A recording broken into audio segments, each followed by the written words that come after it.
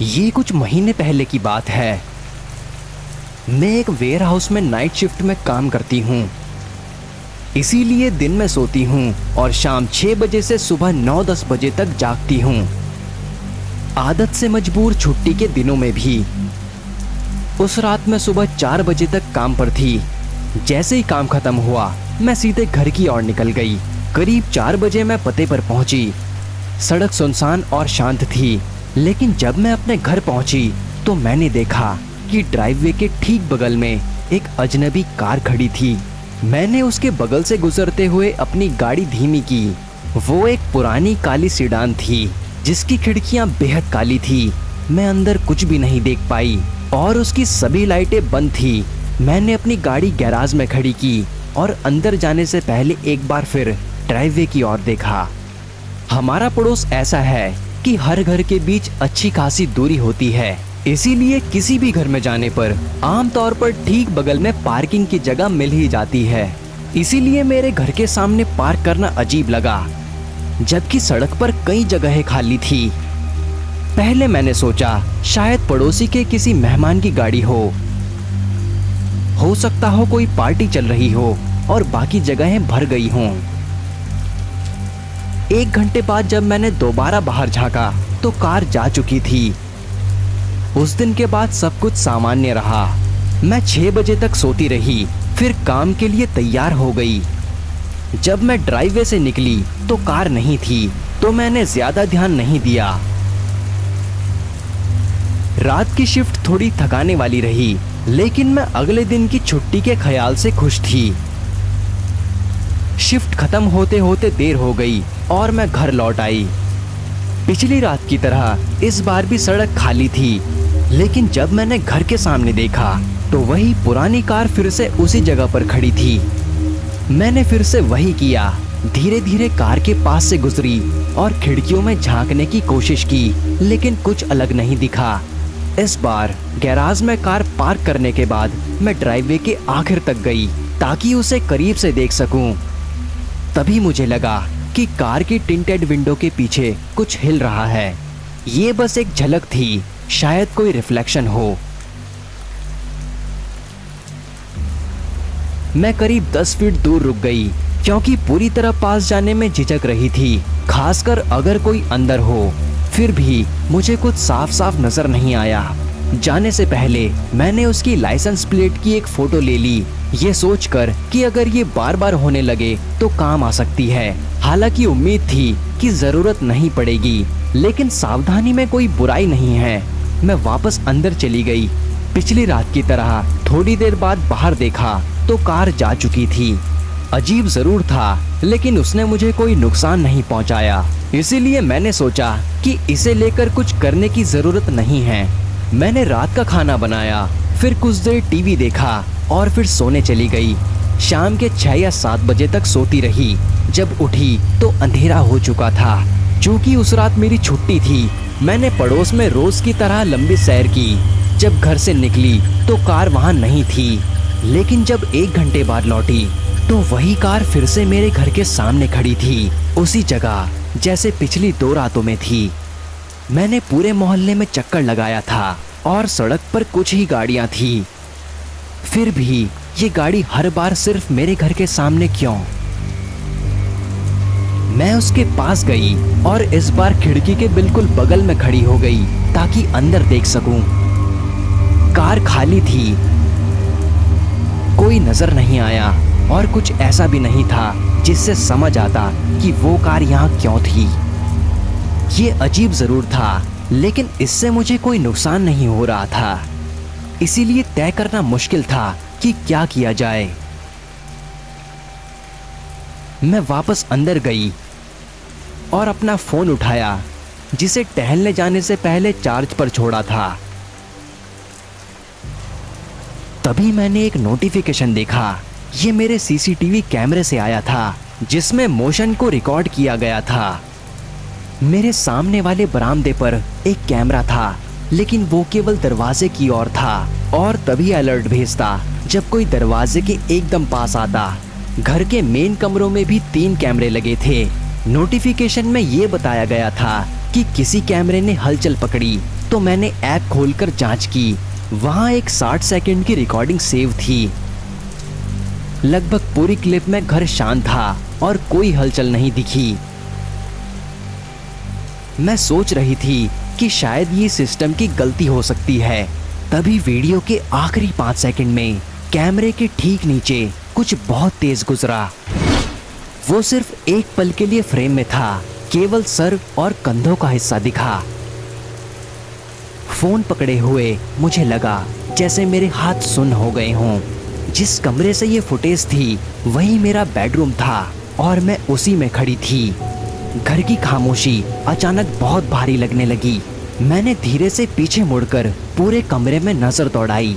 वो कहीं भी हो सकता था, शायद अभी भी मुझे देख रहा हो। ये सोचकर मेरी सांसें और तेज हो गई। ये एहसास होते ही कि मुझे वहां से निकलकर जाना चाहिए, मैं जल्दी से दरवाजे की तरफ बढ़ी और कमरे से बाहर निकल गई।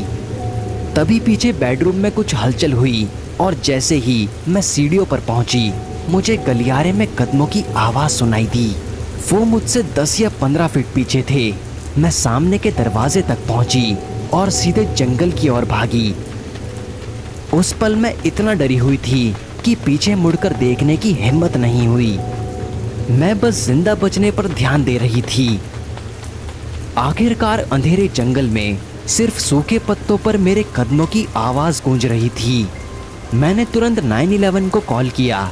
जब तक पुलिस पहुंची तब तक कार गायब हो चुकी थी, लेकिन सौभाग्य से मेरे पास उसकी लाइसेंस प्लेट की तस्वीर थी जो मैंने एक दिन पहले ली थी।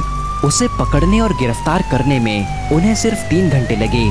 वो कोई 20 साल का युवक था और पूरी तरह से पागल लग रहा था। सच कहूँ तो अगर मैंने पलटकर उसे अपने पीछे देखा होता तो शायद मैं डर के मारे गिर पड़ती। उसके पास मुझे निशाना बनाने की कोई ठोस वजह नहीं थी, लेकिन साफ था कि वो मुझे ही टारगेट कर रहा था। उसके फोन में मेरे घर की कई तस्वीरें थी, यहाँ तक कि कुछ ऐसी भी जिनमें मैं रात के समय लिविंग रूम में बैठी नजर आ रही थी। वो हर दिन नोट्स छोड़ जाता जब मैं काम से घर लौटती थी। सबसे डरावनी बात यह है कि हम अब तक नहीं जान पाए थे कि वो घर में कैसे घुसा और कैमरों से बचते हुए कैसे घूमता रहा। अगर वो बिना देखे अंदर आ सका तो ये कहना मुश्किल है कि ये पहली बार था या नहीं। हो सकता है कि वो काफी समय से मेरा पीछा कर रहा हो और वो जानता हो कि कैमरे कहाँ हैं। शायद पहली बार उसने गलती से बेडरूम के कैमरे के सामने खुद को दिखा दिया। फिर भी अब मुझे उससे डरने की जरूरत नहीं है।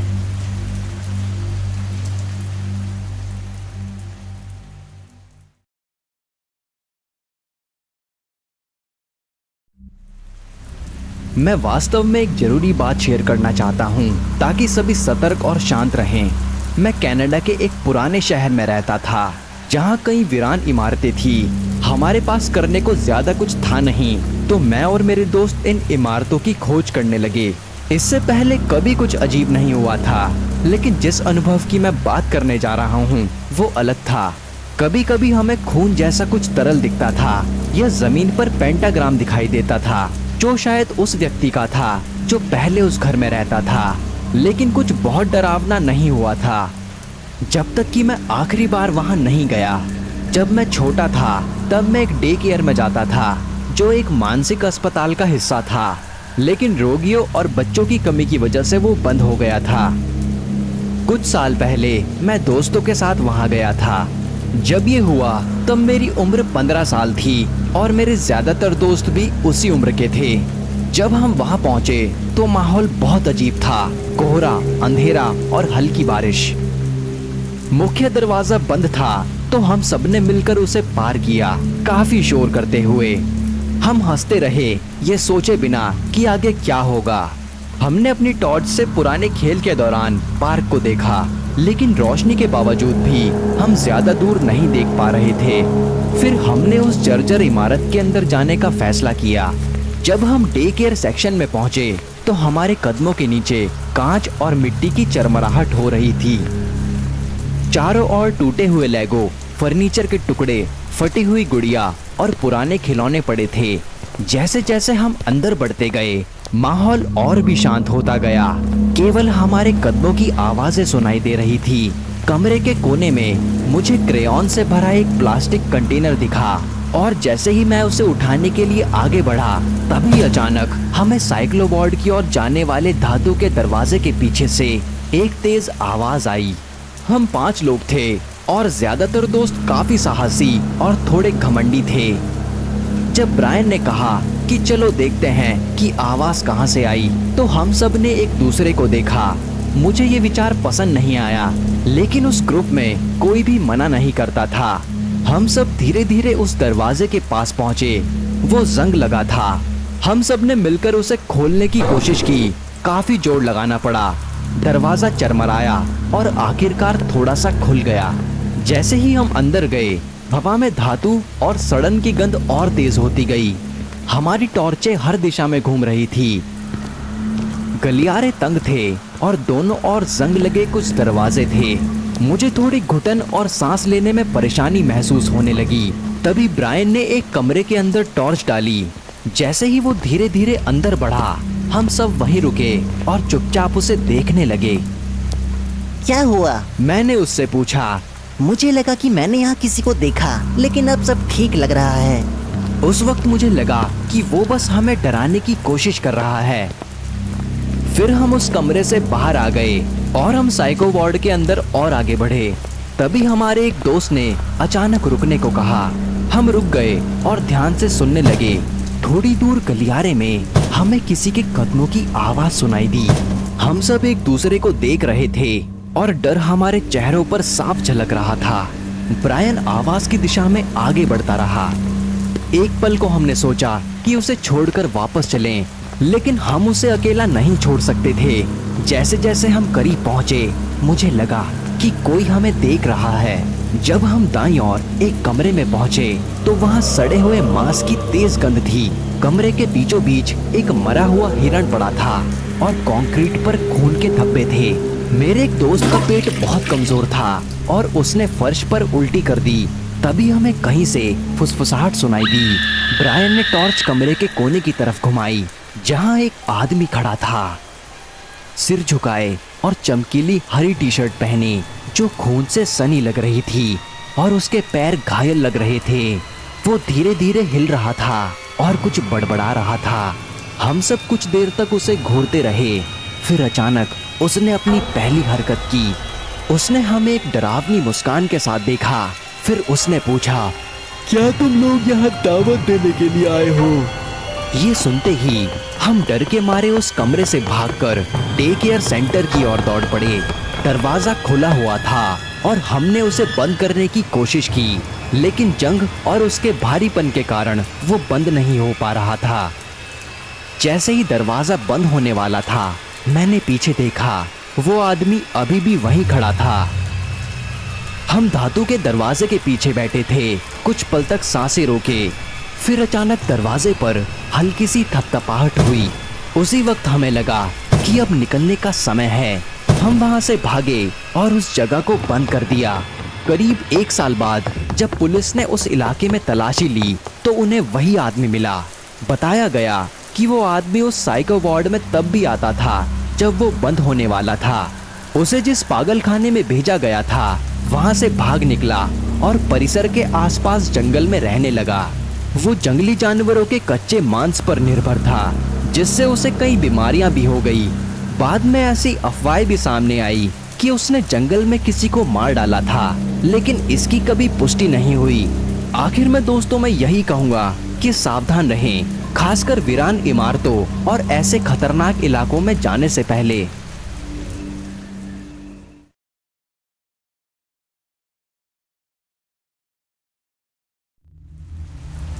ये करीब 4 साल पहले की बात है, लेकिन आज भी वो रात मुझे याद है। उस दिन बहुत तेज तूफान आया था। मैं एक उबर ड्राइवर था और ऐसे मौसम में अक्सर राइड मिलना मुश्किल हो जाता था। कई बार तो पूरी रात एक भी पिकअप नहीं मिलती थी। फिर भी मैं बाहर ही रहता, या तो गाड़ी चलाते हुए म्यूजिक सुनता या किसी पार्किंग में बैठकर यूट्यूब देखता। कुछ राइड्स मिलती तो थोड़े पैसे बन जाते। ये रात वैसी ही थी जैसी मैंने सोची थी। तूफान में ना कोई बाहर था और ना कहीं जा रहा था।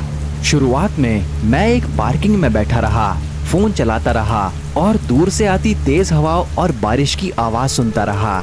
करीब 1 घंटे बाद मैं कुछ खाने चला गया, फिर वापस उसी पार्किंग में आकर इंतजार करने लगा। काफी देर बाद मुझे एक पिकअप रिक्वेस्ट मिली। नोटिफिकेशन में लिखा था कि कस्टमर मुझसे 25 मिनट की दूरी पर है और उसे वहां से 20 मिनट की दूरी पर जाना है। ऐसी स्थिति में आमतौर पर इसका मतलब ये होता है कि आसपास कोई और उबर ड्राइवर उपलब्ध नहीं है, इसीलिए भले ही मैं कितनी भी दूर हूँ, रिक्वेस्ट मुझे ही मिलती है। उस रात वैसे भी मेरे पास करने को कुछ था नहीं, तो मैंने रिक्वेस्ट एक्सेप्ट कर ली और निकल पड़ा। वहां तक पहुंचने में समय बहुत लंबा लग रहा था। शायद इसकी वजह बाहर का तूफान था और माहौल में अजीब सा सन्नाटा था।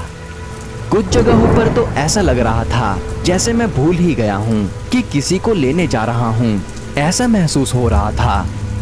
मैं जिस सड़क पर था वो काफी सुनसान थी और मुझे याद नहीं कि मैं पहले कभी उस दिशा में गया हूँ या नहीं। रास्ते में कुछ भी नहीं था, सिर्फ पेड़ और खाली जमीन। करीब 35 मिनट बाद मैं उस जगह पर पहुंचा जो नक्शे में दिखाई गई थी। वो 2 सड़कों का कोना था, लेकिन उनके बीच 2 और सड़कें थी जिनके दोनों ओर बस पेड़ और खाली खेत थे। सबसे अजीब बात ये थी कि वहाँ कोई मौजूद नहीं था। मैंने ऐप पर ये पुष्टि की कि मैं सही जगह पहुँच चुका हूँ। फिर कार में बैठकर इधर उधर देखने लगा, सोचते हुए कि कोई इतनी तेज बारिश में यहाँ क्या कर रहा है। 1 मिनट बाद जब आसपास कोई नहीं दिखा तो मैंने फोन उठाया और उन्हें मैसेज टाइप करने लगा कि वो कहाँ हैं। तभी मैंने साइड मिरर में देखा कि कोई मेरी कार की तरफ आ रहा है। वो सीधे आया, दरवाजा खोला और अंदर बैठ गया। मुझे बिल्कुल अंदाजा नहीं था कि वो कहाँ से आया। वो पूरी तरह से भीग चुका था और उसका चेहरा परेशान और थोड़ा गुस्से में लग रहा था। आपने उबर मंगवाया? मैंने उससे पूछा और उसने मेरा सरनेम लेकर जवाब दिया, जिससे साफ हो गया कि वो वही व्यक्ति था। मैंने गाड़ी चलाना शुरू कर दी। कुछ ही मिनटों में मुझे उसके व्यवहार में कुछ अजीब लगा। वो पिछली सीट में ठीक बीच में बैठा था, जिससे हर बार जब मैं मिरर में देखता तो वो साफ नजर आता। उसकी मौजूदगी से असहज महसूस हो रहा था, जैसे वो कुछ करने वाला हो। मैं पूछना चाहता था कि वो इतनी बारिश में यहाँ क्या कर रहा है, लेकिन मैं कोई बहस या परेशानी नहीं चाहता था, इसीलिए चुपचाप रहा। जैसे जैसे हम आगे बढ़ते गए, इलाका और भी सुनसान होता गया। मैंने सोचा शायद पूछ लेना ठीक रहेगा।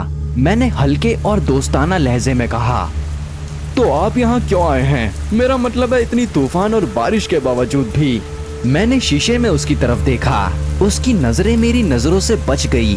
ऐसा लगा जैसे वो कुछ कहने वाला था, लेकिन फिर चुपचाप रह गया। उसने मेरी बात को पूरी तरह से अनदेखा कर दिया और उसका यह व्यवहार काफी संदिग्ध लगने लगा। मुझे उसकी मौजूदगी अब बिल्कुल ठीक नहीं लग रही थी और चिंताजनक बात ये थी कि वो बेचैन हो रहा था, इधर उधर देख रहा था और बीच बीच में शीशे में मेरी तरफ भी देखता था। बारिश की बूंदों से भीगी विंडशील्ड के पार सड़क पर ध्यान लगाना मुश्किल हो रहा था और ये सोचकर कि वो पीछे क्या कर रहा है, मेरी घबराहट और बढ़ गई। फिर अचानक वो बोला, मुझे यहीं उतार दो। मैं थोड़ा हैरान हुआ और पूछने लगा कि क्या वो श्योर हैं, लेकिन उसने मेरी बात बीच में ही काट दी। मुझे यहीं उतार दो। उसका अंदाज काफी अजीब लग रहा था और मैं कोई खतरा नहीं लेना चाहता था। मैंने वही किया जो उसने कहा और गाड़ी सड़क के किनारे रोक दी। वो बाहर निकलने के लिए दरवाजे की तरफ बढ़ा, लेकिन मैंने देखा कि उसकी नजर मेरे फोन पर टिकी थी, जो सेंटर कंसोल पर उबर ऐप के साथ खुला था। उसने दरवाजे पर हाथ रखा, लेकिन रुक गया। कुछ पल के लिए वहीं रुका रहा, फिर मेरे फोन को देखता रहा और धीरे से अपना फोन निकालकर उसमें कुछ देखने लगा। उसी पल मुझे एहसास हुआ कि उसके मन में क्या चल रहा था। उसे याद आ गया था कि ऐप में उसका पूरा नाम और जानकारी दर्ज है। अगर वो कुछ गलत करता तो वो सीधा उससे जुड़ जाता। जैसे ही मैंने देखा कि उसकी नजरें मेरे फोन पर थी, मुझे उसी पल समझ आ गया कि उसे सब याद आ गया है। उसे एहसास हुआ कि ऐप में उसका पूरा नाम दर्ज है। मैंने जल्दी से कहा, चिंता मत करो, मैं खुद ही राइड कैंसिल कर दूंगा, आपको कोई चार्ज नहीं लगेगा। मैं चाहता था कि वो समझे कि मुझे कोई शक नहीं है और शायद उसे लगे कि जानकारी मिट जाएगी। वो कुछ समय तक मुझे घूरता रहा। उसकी आंखों में गुस्सा और अजीब सी ठंडक थी। थोड़ी हिचकिचाहट के बाद उसने दरवाजे से हाथ हटाया और चुपचाप वहां से चला गया। वो तूफान में गायब हो गया। मैंने तुरंत गाड़ी मोड़ी और वहां से निकल गया, इससे पहले कि वो अपना इरादा बदलता। भले ही मेरे पास कोई ठोस सबूत नहीं था, फिर भी मैंने उसके अजीब व्यवहार की सूचना पुलिस को दी, क्योंकि कभी कुछ कहा नहीं जा सकता। कई दिन यूं ही बीत गए जब तक मुझे एक चिंताजनक कॉल नहीं मिली। उसी रात एक व्यक्ति लापता हो गया था, जिसे आखिरी बार उसी जंगल के पास देखा गया था। उन्होंने मुझे उस रात की घटना के बारे में और जानकारी के लिए फोन किया, लेकिन मैंने जो कुछ भी बताया उसके बावजूद वो ना तो उस आदमी को ढूंढ पाए जिसे मैंने उठाया था और ना ही लापता व्यक्ति को। दुर्भाग्य से तेज तूफान के कारण जब तक खोज शुरू की जाती तब तक सारे सुराग और सबूत बह चुके थे। दोनों ही पूरी तरह से गायब हो गए। मैं ही वो आखिरी व्यक्ति था जिसने उस आदमी को देखा था। आज भी सोचता हूँ तो लगता है कि मैं बहुत किस्मत वाला था जो उस रात खुद लापता नहीं हुआ।